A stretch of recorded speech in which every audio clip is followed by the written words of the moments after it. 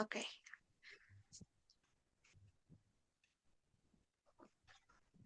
Oke. Selamat pagi, kami dari kelompok 4 akan memaparkan materi mengenai Bank Indonesia. Saya Naisa Putri Bayu Aji bersama rekan saya, Syabila Rodatul Latifah, akan membawakan presentasi ini secara bergantian. Semoga penyampaian kami jelas dan mudah dipahami. Sebelum presentasi dimulai, saya mau menjelaskan bahwa eh, materi-materi yang ada di PPT ini berasal dari buku-buku yang sudah diberikan oleh dosen. Dari buku yang pertama itu ada buku Bank dan Lembaga Keuangan lainnya yang diterbitkan oleh Ardiansyah pada tahun 2020 dan buku Bank dan Lembaga Keuangan lainnya yang diterbitkan oleh Marbawi pada tahun 2017 serta buku Lembaga Keuangan Bank dan Non-Bank yang diterbitkan oleh Nurul pada tahun 2022. Untuk slide pertama akan dibacakan oleh rekan saya Syabila.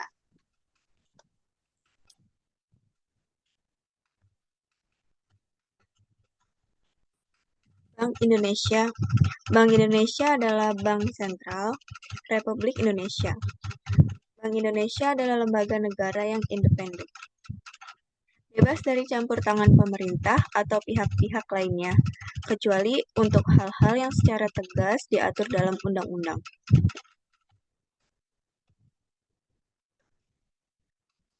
Bank Indonesia adalah badan hukum berdasarkan undang-undang yang berkedudukan di Ibu Kota Negara Republik Indonesia.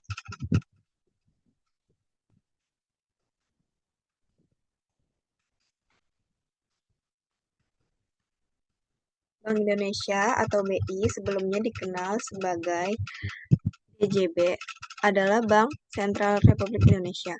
Fungsi dari BI ini adalah untuk mengatur peredaran uang, menjaga stabilitas moneter, dan mengawasi perbankan.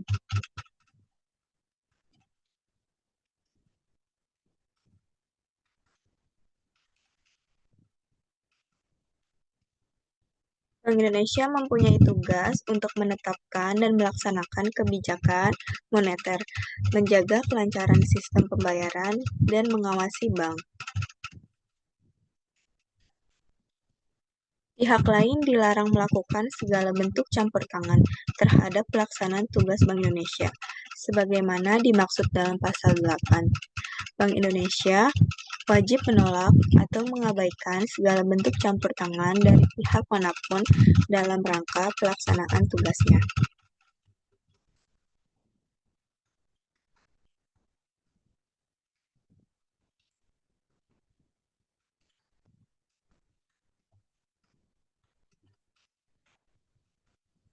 Sejarah BI dimulai pada tahun 1828 dengan pendirian oleh pemerintah Hindia Belanda sebagai bank sirkulasi yang bertugas mencetak dan mengedarkan uang.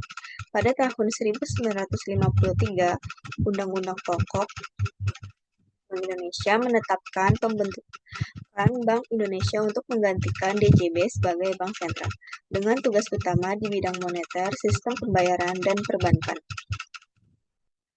Tahun 1968, Undang-Undang Bank Sentral mengatur kedudukan BI sebagai bank sentral yang terpisah dari bank komersial. Pada tahun 1999, Undang-Undang Nomor 23 1999 menetapkan tujuan tunggal BI, yaitu memelihara kestabilan rupiah, sementara Amandemen 2004 dan Peraturan Pemerintah 2008 memperkuat governance, pengawasan, dan ketahanan sistem keuangan nasional.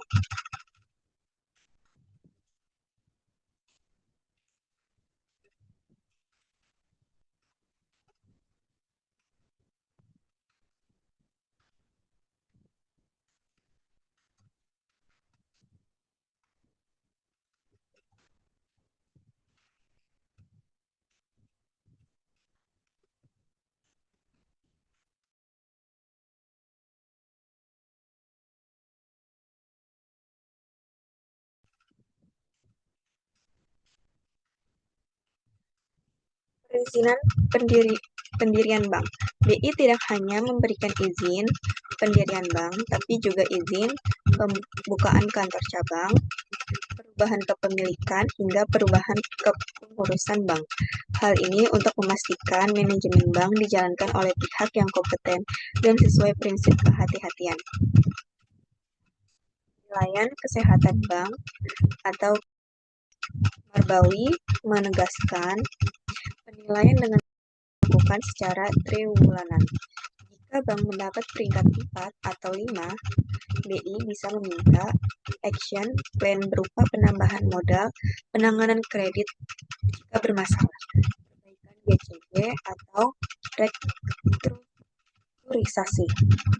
2017, Marbawi Bank dan Lembaga Legal Lending Limit atau BMPK penetapan batas maksimum pemberian kredit bertujuan untuk mencegah konsentrasi kredit hanya pada satu debitur atau kelompok usaha tertentu. Dengan begitu, risiko gagal bayar yang bisa mengganggu stabilitas bank dapat ditekan. Pengawasan posisi devisa neto. BI mewajibkan bank melaporkan posisi devisa neto secara rutin untuk mencegah risiko nilai tukar. Posisi devisa ini tidak boleh melewati batas tertentu agar bank tetap aman dan fluktuasi pasar falas.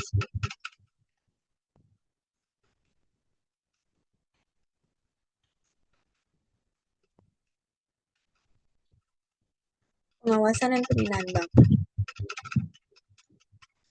Jika bermasalah, BI dapat meminta penambahan modal, mengganti pengurus, menghapus kredit macet, memfasilitasi merger atau konsolidasi, menjual bank, hingga mencabut izin usaha. Yang kedua, izin merger. Akuisisi konsolidasi harus mendapat izin Departemen Keuangan dengan pertimbangan BI.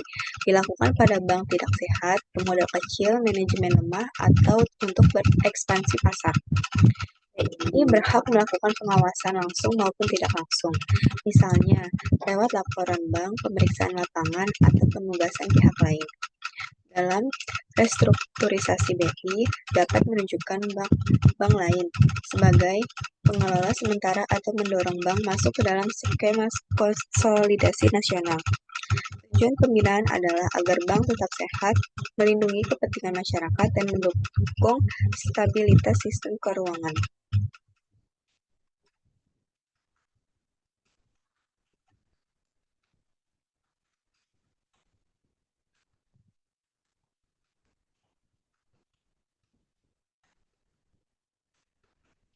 Tujuan Bank Indonesia. Tujuan tunggal BI adalah mencapai dan memelihara kestabilan nilai rupiah yang mencakup stabilitas terhadap barang dan jasa diukur dari inflasi, stabilitas terhadap mata uang negara lain diukur dari nilai tukar. Tiga pilar utama yang mendukung tujuan BI adalah menetapkan dan melaksanakan kebijakan moneter, mengatur dan menjaga kelancaran sistem pembayaran, dan mengatur dan mengawasi perbankan. Penetapan tujuan tunggal ini dilakukan supaya tugas BI lebih fokus, berbeda dari periode sebelumnya, Undang-Undang 1953, di mana BI masih punya banyak tujuan sekaligus, seperti mendukung pembangunan dan pertumbuhan ekonomi. Dengan tujuan tunggal, BI lebih mudah diukur kinerjanya karena indikatornya jelas, inflasi dan stabilitas nilai tukar.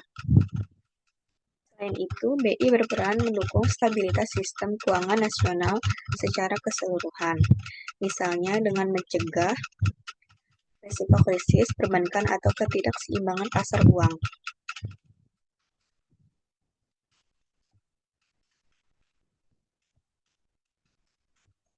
Tugas-tugas Bank Indonesia. Kebijakan moneter, BI menjaga kestabilan rupiah lewat suku bunga, BI rate, operasi pasar terbuka atau jual beli SBI, intervensi rupiah, cadangan wajib minimum, simpanan bank di BI, dan sebagai lender of the last resort, pemberi pinjaman jangka pendek untuk bank bermasalah likuiditas. Sistem pembayaran BI mengatur Sistem Pembayaran Nasional atau SPN, termasuk BI, RTGS, dan clearing serta berwenang mengeluarkan, mengedarkan, mencabut, dan memusnahkan uang rupiah. Terakhir, pengawasan perbankan. BI mengatur, berizin, mengawasi, hingga restrukturisasi bank untuk menciptakan sistem perbankan yang sehat, melindungi masyarakat, dan mendukung kebijakan moneter.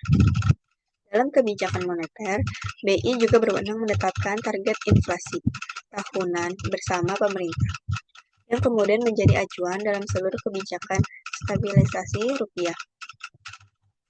Dalam sistem pembayaran, BI tidak hanya mengatur instrumen domestik seperti clearing dan RTGS, tapi juga mengawasi pembayaran lintas negara agar sesuai dengan prinsip anti-money laundering dan counter-terrorist financing atau AML-CTF.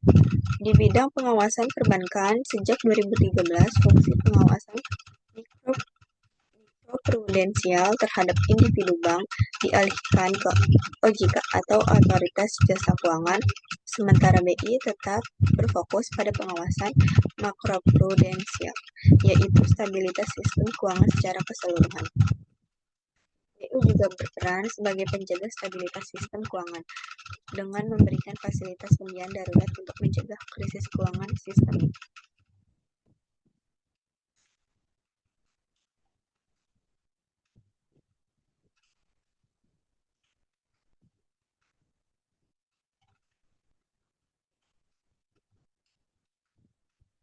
Tugas mengatur dan menjaga kelancaran sistem pembayaran, sebagaimana dimaksud dalam pasal 8 huruf B. Bank Indonesia berwenang melaksanakan dan memberikan persetujuan dan izin atas penyelenggaraan jasa sistem pembayaran, mewajibkan penyelenggara jasa sistem pembayaran untuk menyampaikan laporan tentang kegiatannya, dan penggunaan alat pembayaran.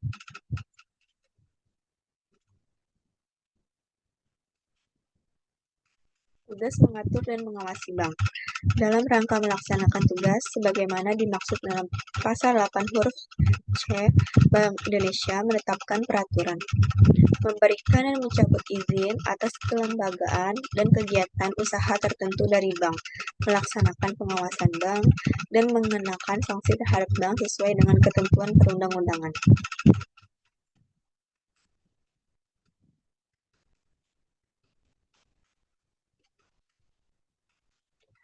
Rangka melaksanakan tugas mengatur bank, Bank Indonesia berwenang menetapkan ketentuan-ketentuan perbankan yang membuat prinsip kehati-hatian. Pelaksana kewenangan sebagaimana dimaksud pada ayat 1 ditetapkan dengan Peraturan Bank Indonesia.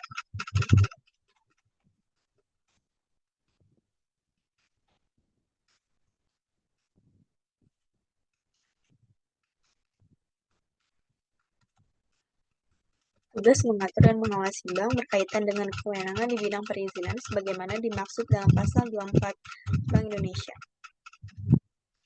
A. Memberikan dan mencabut izin usaha bank.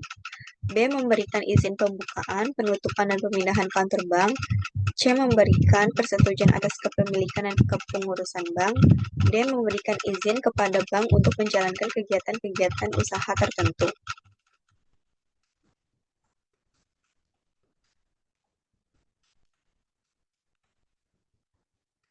Tugas menetapkan dan melaksanakan kebijakan moneter. Dalam rangka menetapkan dan melaksanakan kebijakan moneter sebagaimana dimaksud dalam pasal 8 huruf A, Bank Indonesia berwenang menetapkan sasaran-sasaran moneter dengan memperhatikan sasaran laju inflasi yang ditetapkannya. B. Melakukan pengendalian moneter dengan menggunakan cara yang termasuk, tetapi tidak terbatas pada operasi pasar terbuka di pasar uang, baik rupiah maupun valuta asing, penetapan tingkat diskonto, penetapan cadangan wajib minimum, dan pengaturan kredit atau pembiayaan.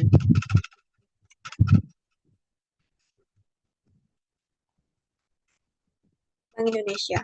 Bank Indonesia dapat memberikan kredit atau pembiayaan berdasarkan prinsip syariah untuk jangka waktu paling lama 90 hari kepada bank untuk mengatasi kesulitan pendanaan jangka pendek bank yang bersangkutan.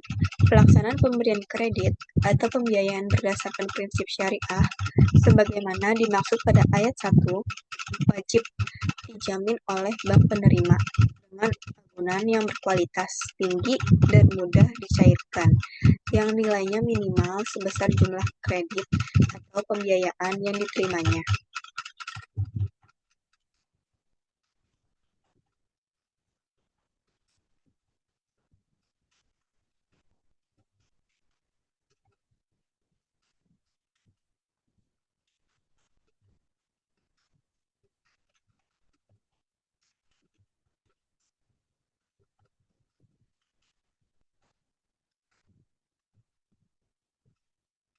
Instrumen dan kewenangan moneter BI.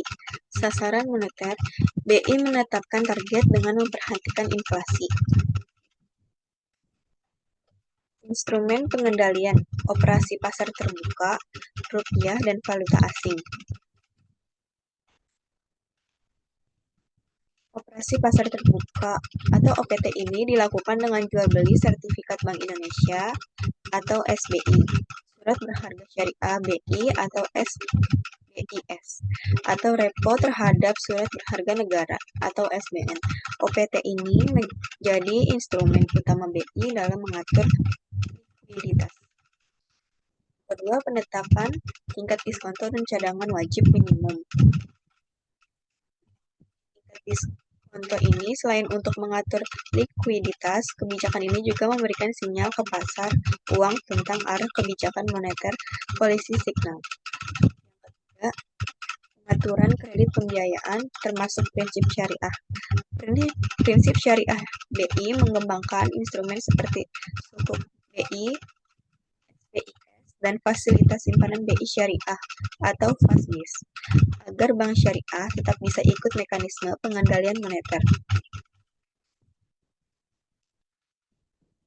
Cadangan wajib minimum atau GWM ditetapkan dalam bentuk rupiah maupun valuta asing. Tujuannya untuk menjaga stabilitas rupiah sekaligus cadangan devisa. Fasilitas pembiayaan. Kredit jangka pendek. Maksimal 90 hari bagi bank yang mengalami kesulitan likuiditas. Fasilitas pembiayaan darurat pada krisis sistematik ditanggung pemerintah. Fasilitas pembiayaan darurat ini sering disebut juga lender of the last resort, tapi hanya diberikan ke bank solvent, sehat secara fundamental, dengan jaminan aset berkualitas tinggi.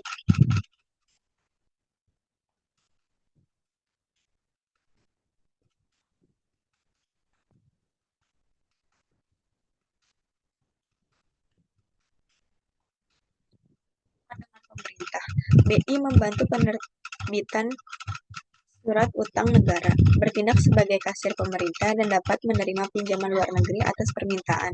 Demi menjaga independensi, BI dilarang memberi kredit langsung untuk defisit APBN. Pemerintah wajib berkonsultasi dengan BI, sedangkan BI memberikan pertimbangan profesional terkait kebijakan ekonomi. Kas pemerintah, BI menata usahakan penerimaan dan pengeluaran pemerintah pusat termasuk transaksi utang luar negeri. Obligasi negara adalah penerbitan dilakukan atas nama pemerintah, tapi BI bisa membantu lewat pasar perdana dengan mekanisme lelang. Independensi itu larangan pembiayaan defisit APBN, kecuali dalam keadaan darurat atau krisis dengan keputusan DPR, adalah bentuk menjaga BI tetap independen. Koordinasi. Koordinasi konsultasi tidak hanya soal surat utang, tapi juga terkait kebijakan fiskal, inflasi, dan stabilitas sistem keuangan. Kerjasama internasional. Dalam beberapa hal, BI juga mewakili Indonesia di forum keuangan internasional, misalnya IMF, Bank Dunia, BIS. walaupun kebijakan fiskal tetap ranah pemerintah.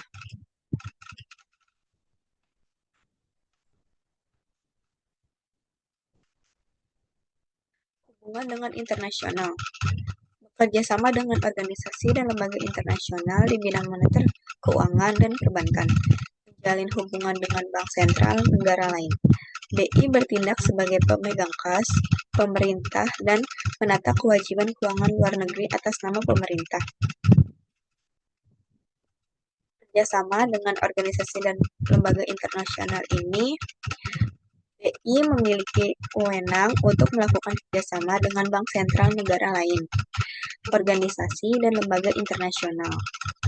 Bahkan, jika keanggotaan sebuah lembaga internasional hanya bisa diwakili oleh negara, BI dapat bertindak atas nama Republik Indonesia untuk menjadi anggota lembaga tersebut.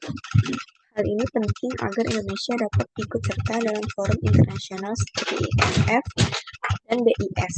Melakukan partisipasi ini, BI terlibat dalam penyusunan kebijakan moneter global, jaga stabilitas nilai tukar, dan mengurangi ketidakseimbangan neraca pembayaran antar negara. Yang kedua ini menjalin hubungan dengan bank sentral negara lain. Hubungan antar bank sentral penting untuk pertukaran informasi tentang kebijakan moneter dan perbankan. Koordinasi kebijakan saat terjadi krisis global, misalnya kerjasama swap line dengan negara lain untuk menjaga kestabilan nilai tukar rupiah. Partisipasi dalam forum internasional seperti ASEAN, Central Bank Governors Meeting yang membahas integrasi finansial kawasan. Kerjasama ini membuat BI dapat mengakses likuiditas internasional saat diperlukan, sekaligus memperkuat posisi Indonesia di kancah ekonomi global. Dan yang terakhir, BI bertindak sebagai pemegang kas pemerintah dan menata kewajiban keuangan luar negeri atas nama pemerintah. BI bertindak sebagai kas negara yang mengelola penerimaan dan pengeluaran pemerintah. Selain itu, BI mengurus penerimaan pinjaman luar negeri atas nama pemerintah, menata usahakan dan menyelesaikan kewajiban keuangan pemerintah terhadap pihak luar negeri, konsultasi sebelum penerbitan surat utang negara agar penerbitan tidak mengganggu stabilitas moneter. Peran ini membuat BI menjadi penghubung strategis antara kebijakan fiskal pemerintah dan kebijakan moneter bank sentral, terutama dalam konteks internasional.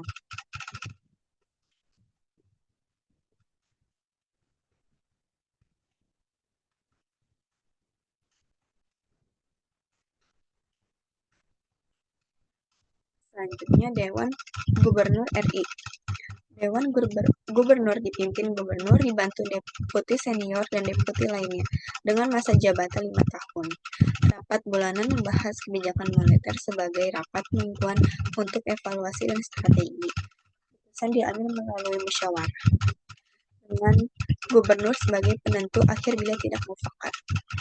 Wewenangnya mencakup pengelolaan pegawai, gaji, pensiun, dan tunjangan. Gubernur serta deputi dibebaskan dari tuntutan hukum bila keputusan diambil sesuai undang-undang dengan itikat baik.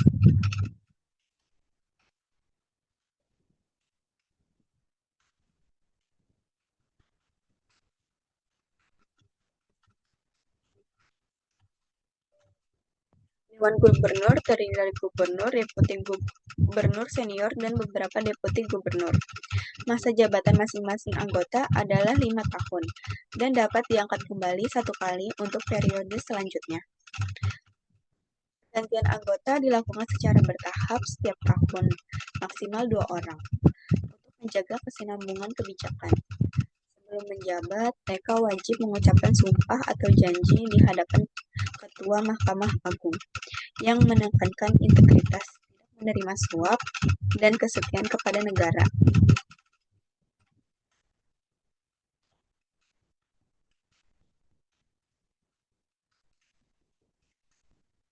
Rapat Dewan Gubernur adalah forum utama pengambilan keputusan strategis Bank Indonesia.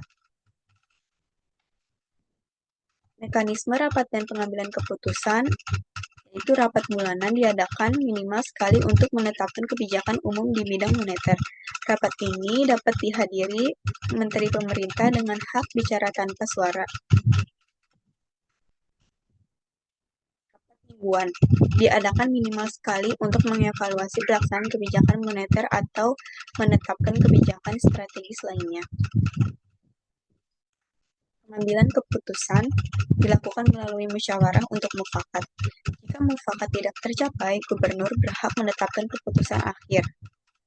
Dalam keadaan darurat, gubernur atau minimal 2 anggota dewan dapat mengambil keputusan yang kemudian wajib dilaporkan pada rapat berikutnya.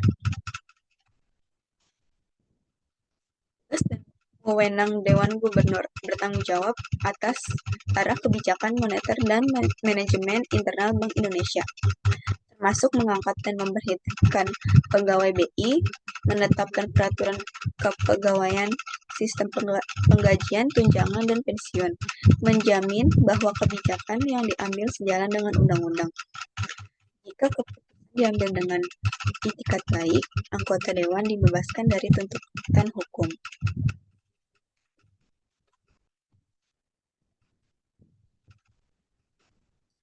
Selanjutnya, akuntabilitas dan anggaran Bank Indonesia. Akuntabilitas Bank Indonesia diwujudkan melalui kewajiban menyampaikan laporan tahunan dan laporan triwulan kepada DPR, pemerintah, serta masyarakat. Laporan keuangan juga diumumkan kepada publik sebagai bentuk transparansi. Sementara itu, anggaran Bank Indonesia mencakup kegiatan operasional serta pembiayaan kebijakan di bidang moneter, sistem pembayaran nasional, dan pengawasan perbankan. Surplus anggaran dialokasikan untuk cadangan tujuan sebesar 30%, cadangan umum, dan sisanya disetorkan kepada pemerintah. Tahun anggaran Bank Indonesia menggunakan sistem kalender.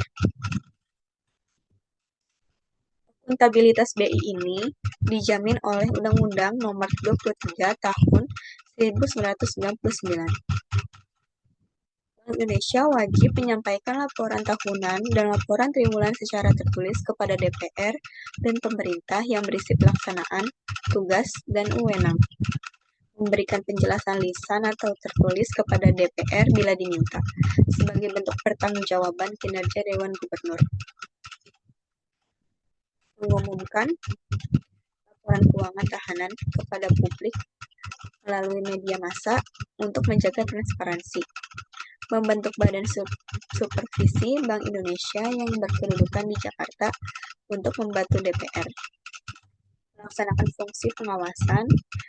Badan ini berperan meningkatkan akuntabilitas, independensi, transparansi, dan kredibilitas BI. Anggaran Bank Indonesia meliputi kegiatan operasional dan pembiayaan kebijakan moneter, sistem pembayaran nasional, serta pengaturan dan pengawasan perbankan. Tahun anggaran BI menggunakan sistem kalender dan ditetapkan oleh Dewan Gubernur selambat-lambatnya 30 hari sebelum tahun anggaran dimulai. Evaluasi pelaksanaan anggaran tahun berjalan disampaikan bersamaan dengan penetapan anggaran tahun berikutnya kepada DPR dan pemerintah. Pengelolaan surplus. Surplus hasil kegiatan BI dibagi dengan ketentuan 30% untuk cadangan tujuan selama penyelesaian LBI hanya 10%. Sisanya menjadi cadangan umum hingga jumlah modal plus cadangan umum mencapai 10% dari seluruh kewajiban moneter. Jika masih ada surplus, diserahkan kepada pemerintah. Surplus BI tidak dikenakan pajak penghasilan, sehingga dapat memperkuat modal BI tanpa beban fiskal.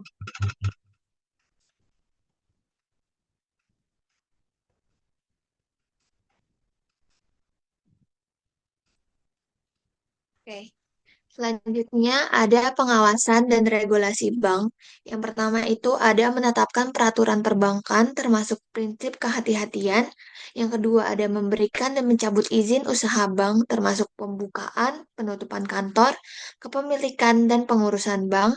Yang ketiga itu ada melakukan pengawasan secara langsung maupun tidak langsung melalui laporan, pemeriksaan, dan penugasan pihak lain. Yang keempat, ada dapat menghentikan sementara transaksi yang diduga tindak pidana atau membahayakan sistem. Yang kelima, ada mengatur sistem informasi antar bank dan memberi sanksi sesuai UU. Dan jika diuraikan, yang pertama itu ada kewenangan dan menetapkan peraturan perbankan. Jadi Bank Indonesia atau BI itu berwenang. Yang pertama itu menetapkan ketentuan perbankan yang memuat prinsip kehati-hatian atau prudential regulation. Yang kedua ada mengatur kesehatan bank termasuk kewajiban pelaporan rasio kecukupan modal dan penerapan good corporate governance untuk melindungi kepentingan nasabah dan stabilitas sistem keuangan.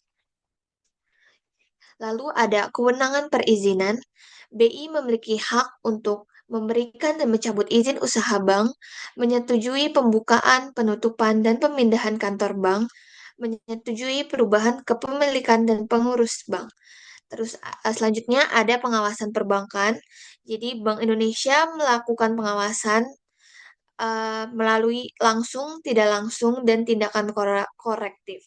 Yang langsung itu melalui pemeriksaan berkala dan sewaktu-waktu bila diperlukan. Yang tidak langsung itu melalui penelitian dan analisis laporan yang wajib diserahkan oleh bank. Dan yang tindakan korelektif itu jika bank tidak mematuhi ketentuan. Jadi Bank Indonesia dapat mengambil tindakan korektif termasuk pembatasan kegiatan usaha, bahkan merekomendasikan pencabutan izin jika kondisi bank membahayakan nasabah atau stabilitas sistem. Selanjutnya ada pemberian saksi. Bank Indonesia dapat mengenakan sanksi administratif terhadap bank atau pihak terkait yang melanggar ketentuan perbankan. Sanksi dapat berupa teguran tertulis, denda, pembatasan kegiatan usaha, hingga pencabutan izin. Selanjutnya, ada peran dalam menjaga stabilitas sistem keuangan. Selain pengawasan rutin, BI juga berperan dalam restrukturisasi perbankan jika terjadi krisis. Misalnya, melalui rekapitalisasi bank, rek- restrukturisasi kredit, dan penyempurnaan peraturan perbankan. Tujuannya adalah memulihkan kepercayaan masyarakat dan menjaga fungsi intermediasi perbankan. Slide selanjutnya. Selanjutnya ada dasar hukum dan otoritas Bank Indonesia. Yang pertama itu ada UU nomor 23 tahun 1999. Jadi undang-undang ini itu menggantikan UU nomor 13 tahun 1963 dan menjadi tonggak penting yang menegaskan status independen Bank Indonesia. Yang pertama itu ada tujuan tunggal Bank Indonesia yaitu mencapai dan memelihara kestabilan nilai rupiah. Terus BI memperoleh otonomi penuh dalam merumuskan dan melaksanaan kebijakan moneter perbankan dan sistem pembayaran bebas dari campur tangan pemerintah atau pihak lain. Statusnya bukan bagian dari departemen pemerintah maupun lembaga tinggi negara lain, sehingga memiliki kedudukan khusus agar dapat berfungsi sebagai otoritas moneter secara efektif. Lalu yang kedua itu ada revisi melalui UU nomor 3 tahun 2004. Revisi ini itu memperkuat posisi dan kewenangan BI. Dia menyempurnakan beberapa pasal dan menambah pasal baru untuk memperjelas fungsi BI dalam menjaga stabilitas sistem keuangan, lalu menegaskan kembali independensi BI serta memperkuat mekanisme akuntabilitas melalui kewajiban pelaporan kepada DPR dan publik. Selanjutnya ada menetapkan modal BI minimal 2 triliun dan cadangan umum dari surplus untuk mengantisipasi resiko dan pelaksanaan tugas. Yang ketiga itu ada perubahan kedua atau Perpu nomor 2 tahun 2008. Perubahan ini itu dikeluarkan sebagai respon krisis global 2008 dengan fokus pada peningkatan ketahanan perbankan nasional, khususnya akses perbankan terhadap fasilitas pembiayaan jangka pendek dari Bank Indonesia, serta penguatan peran BI dalam stabilitas sistem keuangan melalui koordinasi dengan pemerintah. Slide selanjutnya.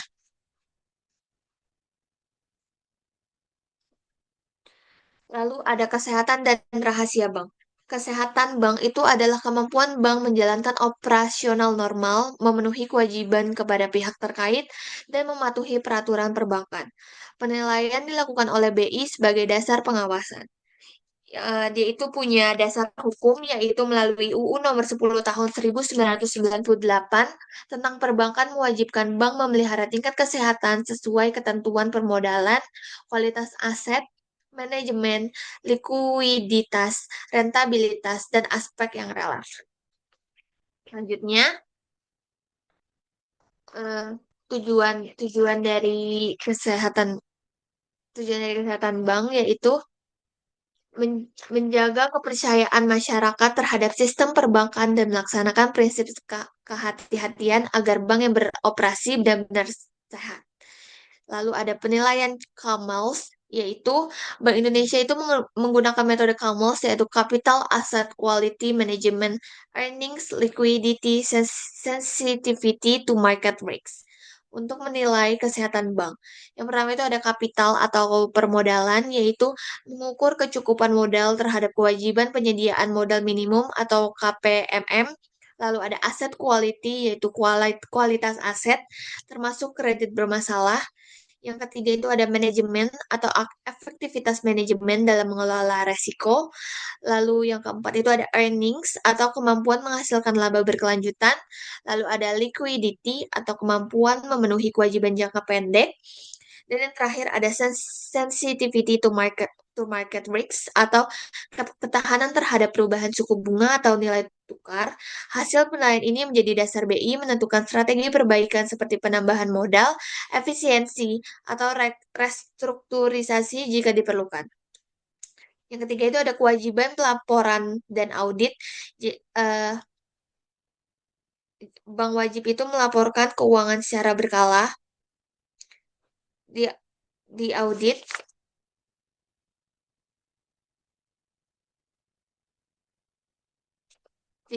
akuntan publik dan tunduk pada pemeriksaan BI. Bank wajib menyampaikan laporan raca, laba rugi, dan laporan berkala lainnya dalam waktu dan bentuk yang ditentukan BI. Laporan tahunan wajib diaudit akuntan publik sebelum diserahkan ke BI dan mengumumkan neraca dan laporan laba rugi kepada publik sebagai bentuk transparansi. Lalu ada pemeriksaan oleh BI, yaitu BI berhak melakukan pemeriksaan terhadap bank berkala maupun sewaktu-waktu termasuk dengan menugaskan akuntan publik atas nama Bank Indonesia. Lalu jika ditugaskan pelanggaran atau penyimpangan, BI dapat mengambil tindakan seperti mewajibkan penambahan modal, mengganti manajemen, melakukan merger atau konsolidasi, hingga menjual aset atau kewajiban bank untuk melindungi nasabah dan stabilitas sistem keuangan. Nah, ya, selanjutnya ini ada kesehatan rahasia bank. Rahasia bank ini, definisi dari rahasia bank sendiri ini menurut UU nomor 10 tahun 1998, yaitu adalah segala sesuatu yang berhubungan dengan keterangan mengenai nasabah penyimpan dan simpanannya. Bank wajib merahasiakan data tersebut, dan kewajiban ini juga berlaku bagi pihak terafiliasi atau dewan komisaris, direksi, pegawai akuntan publik, konsultan hukum, hingga pemegang saham yang berpengaruh. Tujuannya menjaga kepercayaan masyarakat karena tanpa jaminan kerahasiaan, kegiatan perbankan sulit berjalan dengan baik. Lalu ada bank boleh membuka informasi nasabah hanya dalam kondisi tertentu. Contohnya seperti kepentingan perpajakan atau atas pemerintah tertulis pimpinan Bank Indonesia berdasarkan permintaan Menteri Keuangan. Lalu yang kedua ada penyelesaian piutang negara atau jika piutang diserahkan ke BUPLN atau PUPN, BI itu memberi izin tertulis agar pejabat berwenang memperoleh keterangan. Ketiga itu ada perkara pidana atau polisi, jaksa, atau hakim dapat meminta data simpanan tersangka terdakwa dengan izin BI dan harus dijawab maksimal 14 hari. Yang keempat itu ada perkara perdata, yaitu direksi bank dapat memberi keterangan kepada pengadilan tanpa perlu izin BI. Lalu selanjutnya ada tukar menukar informasi antar bank, yaitu untuk mencegah kredit rangkap dan menjaga kelancaran usaha bank. Yang keenam itu ada permintaan nasabah sendiri, yaitu jika nasabah memberi kuasa tertulis, bank wajib memberikan keterangan kepada pihak yang ditunjuk. Lalu yang terakhir ada ahli waris atau nasabah yang sudah meninggal, yaitu berhak memperoleh informasi mengenai simpan nasabah yang meninggal dunia.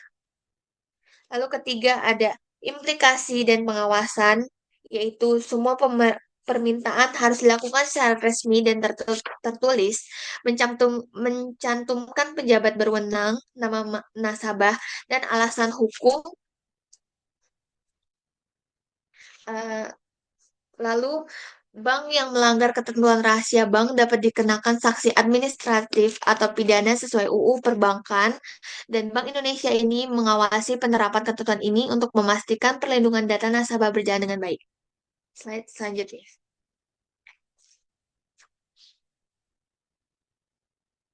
Oke, jadi pihak yang tak afiliasi bank itu adalah pihak-pihak yang memiliki hubungan erat dengan bank dan dapat mempengaruhi pengelolaan maupun operasional bank. Berdasarkan literatur perbankan dan regulasi Bank Indonesia, pihak terafiliasi itu mencakup yang pertama itu ada anggota Dewan Komisaris atau Direksi dan Pengawas, termasuk pejabat dan karyawan bank, karena mereka itu memiliki peran langsung dalam pengambilan keputusan dan pengawasan operasional. Yang kedua itu ada pengurus dan pengelola pada bank berbadan hukum koperasi, yaitu meliputi pengurus, pengawas, pengelola, dan karyawan koperasi yang memegang kendali atas kegiatan usaha bank. Yang ketiga itu ada penyedia jasa profesional, yaitu pihak yang memberikan jasanya kepada bank seperti angkutan publik, penilai, konsultan hukum, konsultan manajemen, dan profesi lain yang dapat mempengaruhi kebijakan bank melalui rekomendasi atau laporan mereka. Yang keempat itu ada pemegang saham dan keluarganya, termasuk keluarga dari komisaris, direksi, pengawas, maupun pengurus.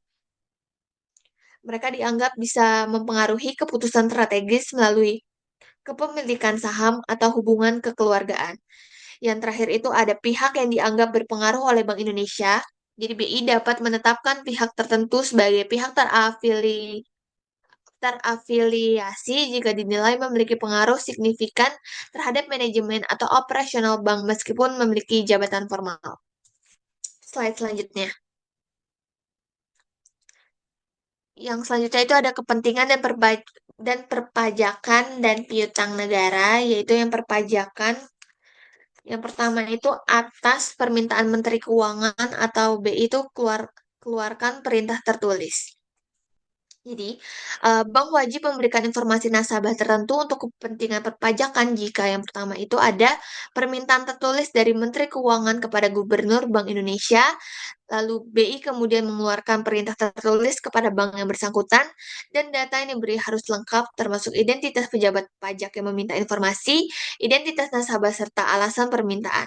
Ketentuan ini diatur untuk mendukung kepatuhan pajak dan mencegah penghindaran pajak menggunakan sistem perbankan. Lalu yang kedua itu ada penyelesaian piutang negara atau BUPLN atau PUPN. Jadi jika terdapat piutang negara yang diserahkan kepada Badan Urusan Piutang dan Lelang Negara atau BUPLN atau Panitia Urusan Piutang Negara atau PUPN, maka Bank Indonesia dapat memberikan izin tertulis kepada pejabat BUPLN atau PUPN untuk memperoleh data rekening nasabah yang terkait dengan penyelesaian piutang. Lalu permintaan harus tertulis dan tercantum identitas pejabat, nama nasabah, nama bank, dan alasan permintaan. Hal ini membantu negara menagih piutangnya dan menjaga tertib administrasi keuangan negara. Slide selanjutnya. Selanjutnya itu ada kepentingan peradilan pidana, yaitu dia itu untuk mendukung penegakan hukum. Bank Indonesia itu dapat memberikan izin pembukaan informasi nasabah bagi proses pidana dengan ketentuan. Yang pertama itu adanya pemohonan seperti kepada polisi, jaksa, atau hakim yang sedang menangani perkara pidana dapat mengajukan permintaan data rekening tersangka atau terdakwa. Jadi prosedurnya itu ada yang pertama itu permintaan harus diajukan secara tertulis kepada Gubernur BI. Yang kedua itu permintaan wajib mencantumkan nama penjabat yang meminta, identitas tersangka atau terdakwa, serta kaitan data yang diminta dengan perkara secara sedang ditangani. Lalu BI itu juga mewajibkan keputusan tertulis dalam waktu 14 hari sejak permintaan lengkap. Batasannya itu adalah informasi yang diberikan hanya sebatas yang relevan dengan perkara pidana, sehingga tidak melanggar hak privasi nasabah di luar hukum. Slide selanjutnya. Slide selanjutnya ini ada pertukaran informasi antar bank. Jadi Bank Indonesia itu uh, mengatur informasi antar bank untuk cegah resiko. Jadi pertukaran informasi antar bank diatur oleh Bank Indonesia untuk membantu menjaga kesehatan sistem perbankan dan mengurangi resiko kredit yang bermasalah. Tujuan yang pertama itu adalah mencegah kredit rangkap atau multiple lending agar nasabah itu tidak memperoleh pinjaman melebihi kemampuan bayarnya. Lalu yang kedua itu ada menilai resiko nasabah sebelum transaksi atau kayak sebelum bank memberikan fasilitas kredit atau pembiayaan. Yang ketiga itu ada mendukung penerapan prinsip kehati-hatian atau prudential banking principle dalam penyaluran kredit. Lalu jenis informasi yang dipertukarkan yang pertama itu ada kredit macet dan status debitur bermasalah. Lalu ada agunan yang digunakan untuk kredit atau agar tidak dijamin di banyak bank secara berlebihan. Selanjutnya ada riwayat kredit dan kelancaran pembayaran nasabah dan tata cara, bentuk, serta mekanisme pertukaran informasi diatur lebih lanjut oleh Bank Indonesia, termasuk pengamanan kerahasiaan data agar tidak disalahgunakan. Selanjutnya, ini ada sumber dana bank dan peran BI, yaitu BI mengatur penghimpunan data dan sumber likuiditas bank. Bank ini tuh memiliki tiga sumber dana utama. Yang pertama itu ada dana sendiri seperti setoran modal, cadangan, laba ditahan. Dana ini tuh mencerminkan modal inti bank dan menjamin penyangga pertama dalam menjaga stabilitas keuangan. Yang kedua itu ada dana dari masyarakat, yaitu seperti giro, tabungan, dan deposito. Giro itu adalah simpanan yang dapat ditarik kapan saja dan sering dipakai sebagai alat pembayaran. Dan tabungan itu adalah simpanan dengan ketentuan tertentu, biasanya memberikan bunga atau hadiah. Dan terakhir itu ada deposito atau simpanan berjangka yang hanya bisa ditarik sesuai periode yang disepakati. Dana dari masyarakat adalah sumber dana terbesar bagi sebagian besar bank. Lalu yang terakhir ada dana dari lembaga lain, yaitu ada kredit likuiditas dari BI untuk menjaga stabilitas bank, yaitu digunakan untuk menjaga kestabilan bank terutama saat terjadi kekurangan likuiditas. Dan yang kedua itu ada pinjaman antar bank atau surat berharga atau diawasi BI. Jadi bank bisa saling meminjam melalui pasar uang antar bank atau menerbitkan atau menjual surat berharga dengan tetap pengawasan BI. Lalu yang kedua itu ada peran Bank Indonesia. Jadi Bank Indonesia memiliki peran penting sebagai otoritas moneter dan pengawasan likuiditas antara lain mengatur tata cara penghimpunan data seperti standar giro, tabungan, deposito, lalu menyediakan fasilitas pendanaan darurat atau lender of last resort jika ada bank yang mengalami kesulitan likuiditas. Yang ketiga itu ada menetapkan kebijakan moneter dan rasio-rasio penting seperti giro wajib minimum atau GWM agar likuiditas tetap stabil. Yang terakhir itu ada mengawasi penggunaan dana agar tidak menimbulkan resiko sistematik bagi perbankan.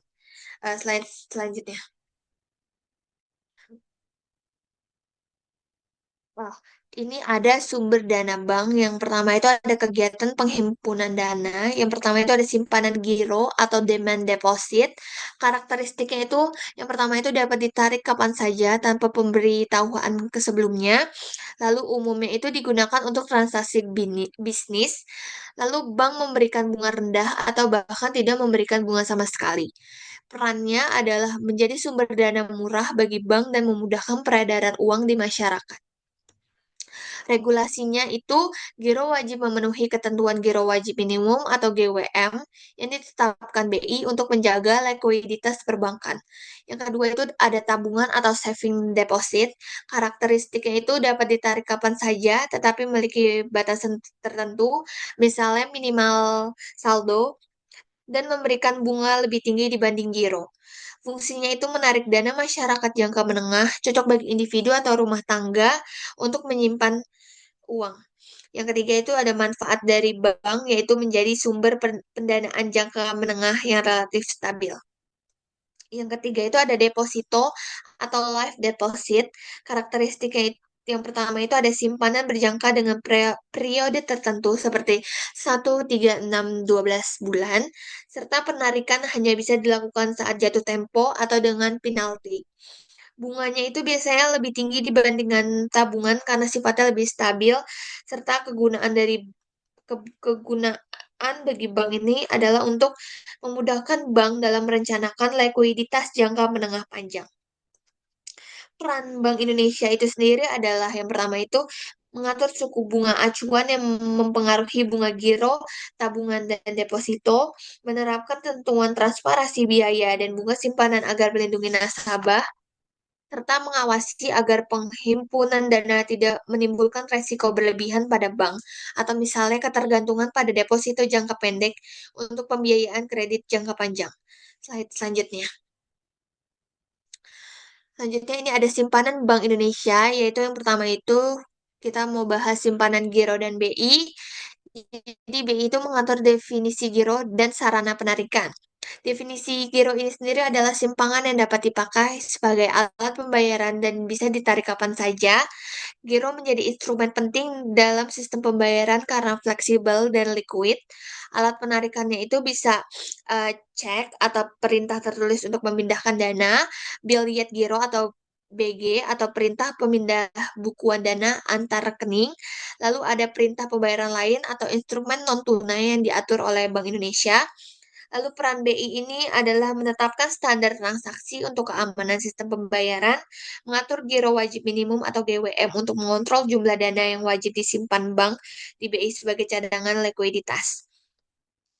Yang kedua ini ada simpangan tabungan deposito atau BI itu menetapkan aturan penarikan dan jenis deposito. Aturan penarikan yang pertama itu ada tabungan. Tabungan itu dapat ditarik sesuai syarat, tetapi tidak bisa menggunakan cek.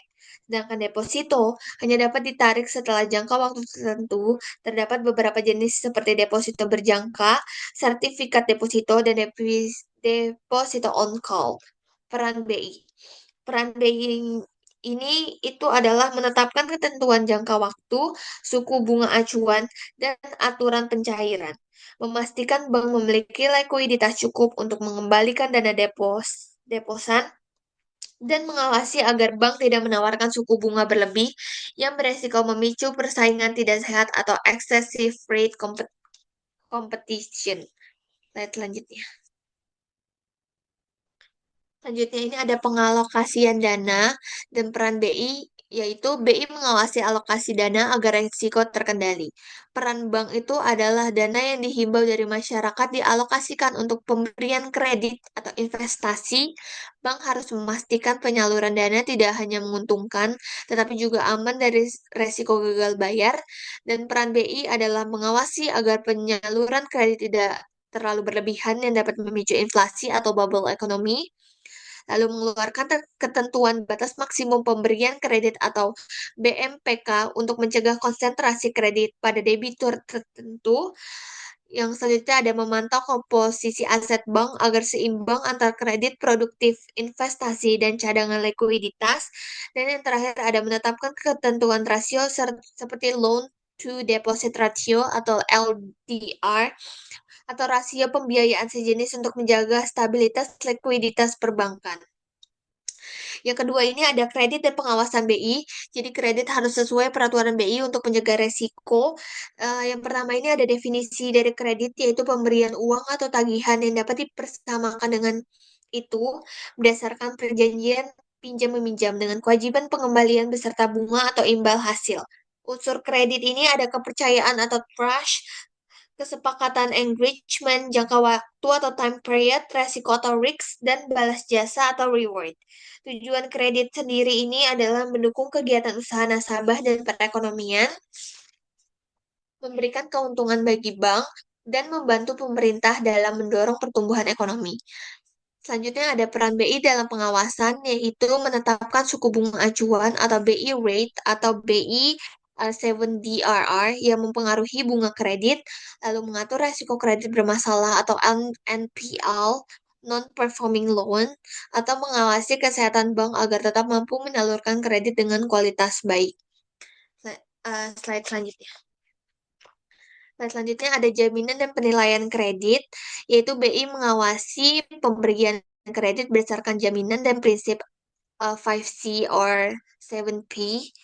Yang pertama itu uh, jenis kredit itu ada kredit dengan jaminan sama kredit tanpa jaminan. Kredit dengan jaminan itu menggunakan anggunan berupa benda berwujud, misalnya tanah, kendaraan, atau surat berharga. Sedangkan kredit tanpa jaminan itu diberikan hanya pada nasabah yang benar-benar bona fide dan terpercaya.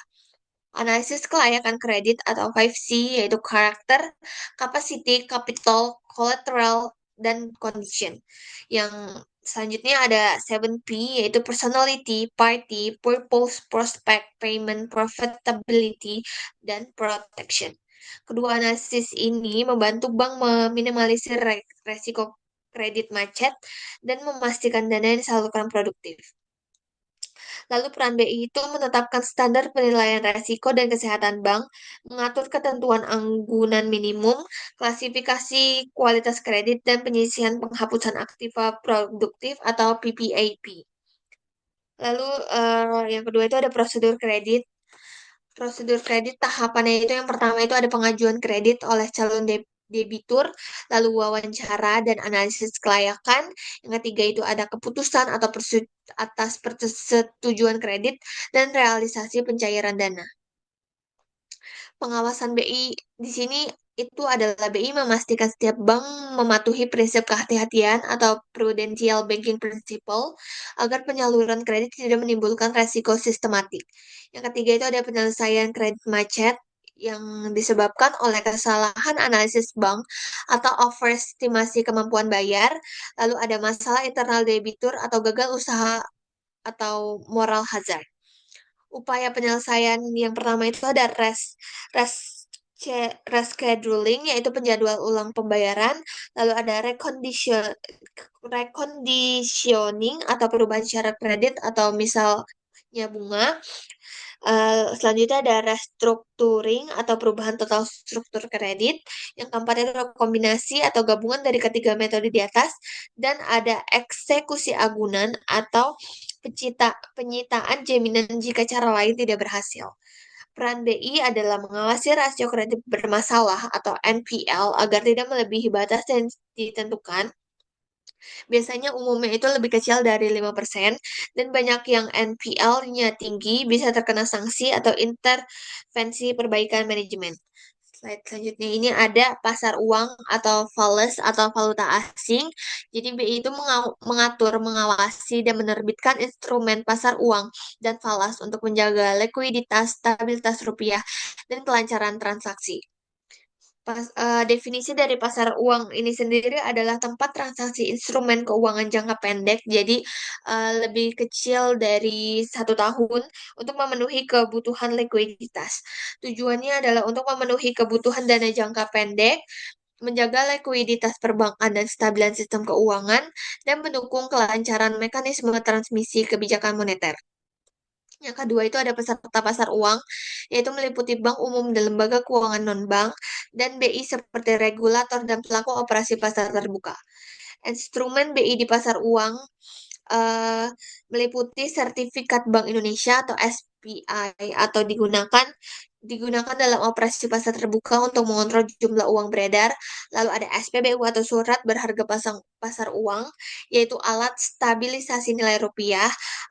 Lalu ada treasury bills atau surat berharga dengan jangka waktu paling paling kecil itu setahun. Lalu ada interbank call money atau pinjaman jangka sangat pendek antar bank. Lalu instrumen lainnya seperti banker Acceptance Commercial Paper, sertifikat deposito yang diawasi oleh BI. Lalu yang kedua itu ada pasar valuta asing atau falas.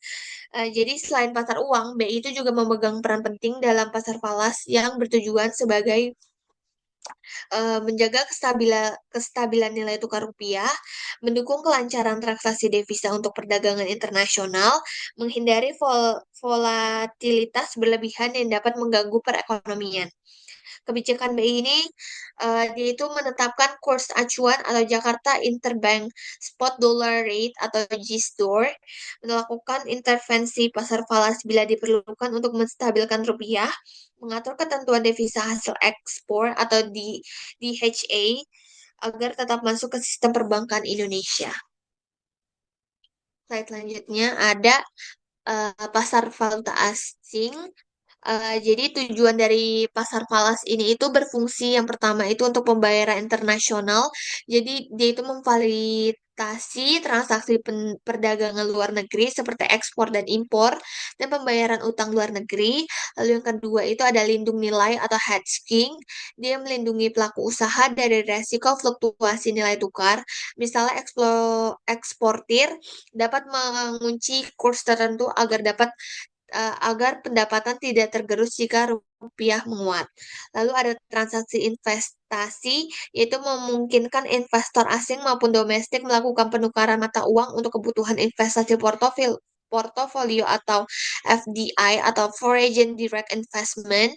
Lalu dia juga menjaga stabilitas rupiah atau BI dapat melakukan intervensi pasar untuk menghindari gejolak kurs yang terlalu tajam.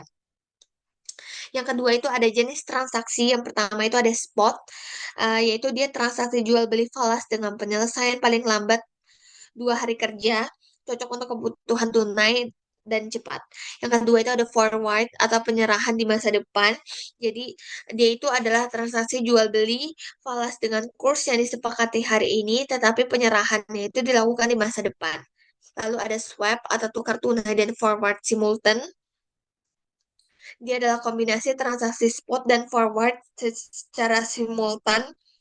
Biasanya digunakan bank untuk mengelola likuiditas jangka pendek dan eksposur mata uang.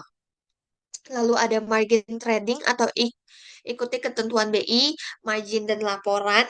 Jadi dia transaksi falas menggunakan dana pinjaman dengan ketentuan margin tertentu. BI biasanya mewajibkan bank melaporkan aktivitas margin trading untuk menghindari spekulasi berlebihan. Peran BI dalam pasar falas itu yang pertama itu menetapkan aturan transaksi falas termasuk batasan posisi defisit neto atau PDN bank. Lalu ada memantau arus modal masuk atau keluar untuk menjaga kestabilan makroekonomi, menyediakan intervensi falas jual atau beli USD jika nilai tukar terlalu bergejolak, serta mengatur pelaporan transaksi falas oleh bank dan perusahaan untuk transparansi. Selanjutnya ini ada interaksi pasar uang dan falas. Yang pertama ini ada keterkaitan pasar uang dan falas, yaitu pasar uang dan pasar falas itu saling berhubungan erat karena yang pertama itu arus modal. Pergerakan dana di pasar uang misalnya melalui interbank call money atau deposito dapat mempengaruhi permintaan atau penawaran valuta asing. Yang kedua itu ada likuiditas sistem keuangan atau fluktuasi suku bunga di pasar uang akan berdampak pada nilai tukar rupiah. Jika suku bunga tinggi, rupiah cenderung menguat karena menarik aliran modal asing, serta stabilitas moneter atau BI itu menggunakan instrumen pasar uang atau SBI reverse repo untuk mengendalikan likuiditas yang pada akhirnya membantu menjaga kestabilan nilai tukar. Lalu peran BI dalam menjaga stabilitas yang pertama itu dia menjamin sistem berjalan aman dan efisien. Jadi Bank Indonesia ini mengatur mekanisme transaksi agar sesuai standar internasional dan mengawasi kepatuhan bank serta mengawasi infrastruktur pembayaran BI, RTGS, SKNBI berjalan dengan lancar. Yang kedua itu ada koordinasi kebijakan. Jadi BI mengkoordinasi kebijakan suku bunga, operasi pasar terbuka, dan intervensi falas untuk menjaga keseimbangan antara likuiditas dan kestabilan kurs. Yang ketiga itu ada implikasi bagi investor. Jadi adanya analisis kurs sebelum investasi, yaitu disarankan memperhatikan tren nilai tukar, kebijakan suku bunga BI, dan kondisi global seperti freight rate, harga komoditas sebelum mengambil keputusan. Lalu ada hedging resiko, yaitu perusahaan dan investor yang dapat menggunakan kontrak forward, swap, atau opsi volas untuk melindungi nilai aset mereka dari fluktuasi kurs yang ekstrim. Selanjutnya ini ada lembaga penunjang perbankan atau mendukung kelancaran sistem perbankan melalui clearing interbank, call money, asuransi, dan leasing. Yang pertama ini ada clearing. Jadi definisinya itu adalah proses perhitungan utang piutang antar bank beserta sebelum dilakukan penyelesaian akhir atau settlement. Tujuannya ini adalah agar mempercepat dan mempermudah penyelesaian transaksi non-tunai dalam jumlah besar. Terus lalu penyelenggaranya itu Bank Indonesia menyelenggarakan sistem clearing nasional Bank Indonesia atau SKNBI yang menghubungkan bank umum dan bank pembangunan di seluruh Indonesia. Lalu ada peserta clearing atau peserta langsung dan tidak langsung. Peserta langsung itu adalah kantor pusat atau cabang utama bank yang ikut secara langsung dalam perhitungan clearing. Yang kedua itu ada peserta tidak langsung atau kantor cabang yang hanya menyampaikan transaksi melalui kantor pusatnya. Yang ketiga itu ada jenis warkat yang diproses, yaitu ada cek, billiard, giro, wesel bank, nota bank, transfer antar kota. Cek ini tuh perintah penarikan dana dari rekening penarik. Kalau billiard giro itu pemindah bukuan dana antar rekening. Wesel bank nota debit transfer antar kota itu ada dokumen yang digunakan untuk pemindahan dana tunai. Yang keempat itu ada manfaat clearing, yaitu yang pertama mempercepat proses penyelesaian transaksi antar bank sehingga likuiditas sistem tetap terjaga, lalu mengurangi kebutuhan uang tunai atau cashless society, menekan resiko gagal bayar karena ada mekanisme penyelesaian yang diawasi oleh BI. Selanjutnya ada pasar uang antar bank atau interbank call money. Jadi definisinya itu adalah mekanisme di mana bank-bank saling meminjamkan dana jangka pendek, biasanya untuk jangka waktu 1 hari atau overnight hingga maksimal beberapa minggu.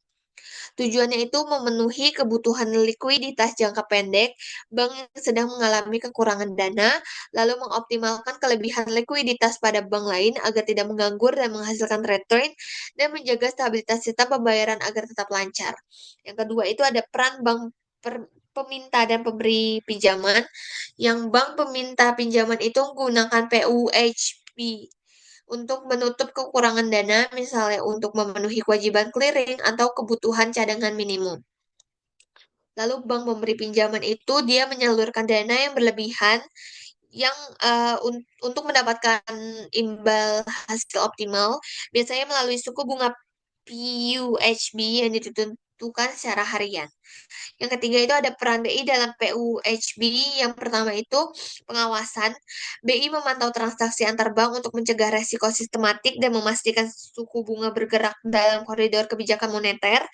Instrumen kebijakannya itu suku bunga PUHB ini sering dijadikan indikator likuiditas perbankan dan menjadi acuan kebijakan moneter seperti BI rate atau BI 7DRR.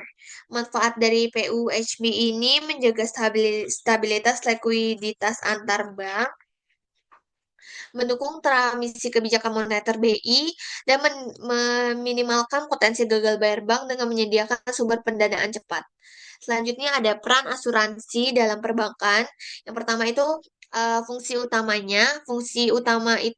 asuransi itu mendukung kegiatan perbankan dengan memberikan jaminan kredit dan perlindungan aset.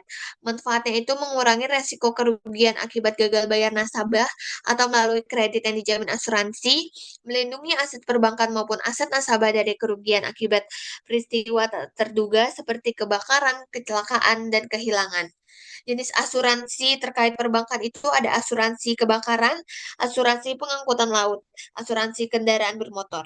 Sedangkan prinsip asuransi dalam perbankan itu ada insurable interest, yaitu hanya dapat diasuransikan jika ada kepentingan yang sah atas objek yang diasuransikan, utmost good faith, atau semua pihak wajib jujur untuk mengungkapkan informasi terkait resiko.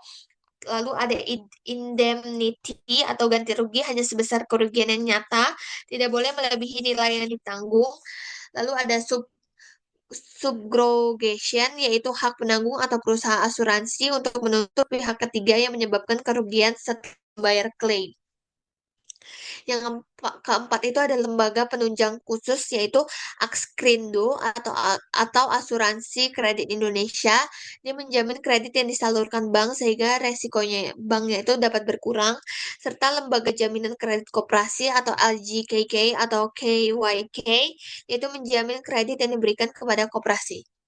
Slide selanjutnya itu ada leasing atau kegiatan pembiayaan dalam bentuk penyediaan barang modal yang digunakan oleh perusahaan untuk jangka waktu tertentu dengan pembayaran secara berkala. Jadi pihak yang terlibat itu ada lessor dan lessee. Lessor itu perusahaan leasing yang menyediakan barang atau modal, sedangkan lessee itu pihak penyewa atau biasanya itu perusahaan yang menggunakan barang tersebut. Yang kedua itu ada tujuan dari leasing ini, dia membantu perusahaan memperoleh aset tanpa harus memberi secara tunai, lalu memudahkan perencanaan keuangan perusahaan karena pembayaran dilakukan secara angsuran, serta meningkatkan produktivitas dengan memperoleh mesin atau peralatan baru. Lalu proses dari leasing ini sesuai dengan tertulis di eh, leasing ini yaitu penyediaan barang atau modal untuk perusahaan dengan pembayaran berkala. Lalu proses diawasi BI itu pengajuan, evaluasi kontrak, pemesanan dan asuransi. Di proses pengajuan ini perusahaan itu mengajukan permintaan leasing kepada lembaga pembiayaan. Lalu di proses evaluasi, lembaga itu pembiayaan menilai kelayakan kredit mirip analisis kredit 5C. Lalu pada proses kontrak, dibuat perjanjian resmi yang mengatur jangka waktu, biaya sewa, hak dan kewajiban. Eh, Lalu setelah itu ada pemesanan dan asuransi. Di pemesanan asuransi ini itu adalah barang biasanya dilindungi asuransi untuk mengurangi resiko kerugian. Terus jenis-jenis leasing itu untuk memperkaya jenis-jenis leasing ini yang pertama itu ada finance lease atau lease menanggung resiko dan manfaat kepemilikan dan pada akhir masa sewa bisa membeli aset. Lalu yang kedua itu ada operating lease atau hanya menyewa dalam jangka waktu tertentu tanpa hak membeli di akhir kontrak. Dan peran BI dalam leasing ini itu yang pertama mengawasi agar perusahaan leasing mematuhi ketentuan pembiayaan, menjaga agar praktik leasing tidak menimbulkan kredit bermasalah, dan memastikan perlindungan terhadap konsumen atau leasing dan keberlanjutan sistem pembiayaan nasional.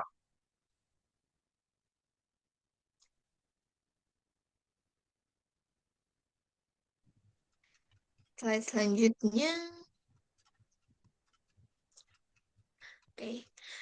Sekian presentasi dari kami mengenai topik Bank Indonesia. Terima kasih banyak sudah mendengarkan. Semoga materi ini bisa menambah wawasan kita semua. Terima kasih.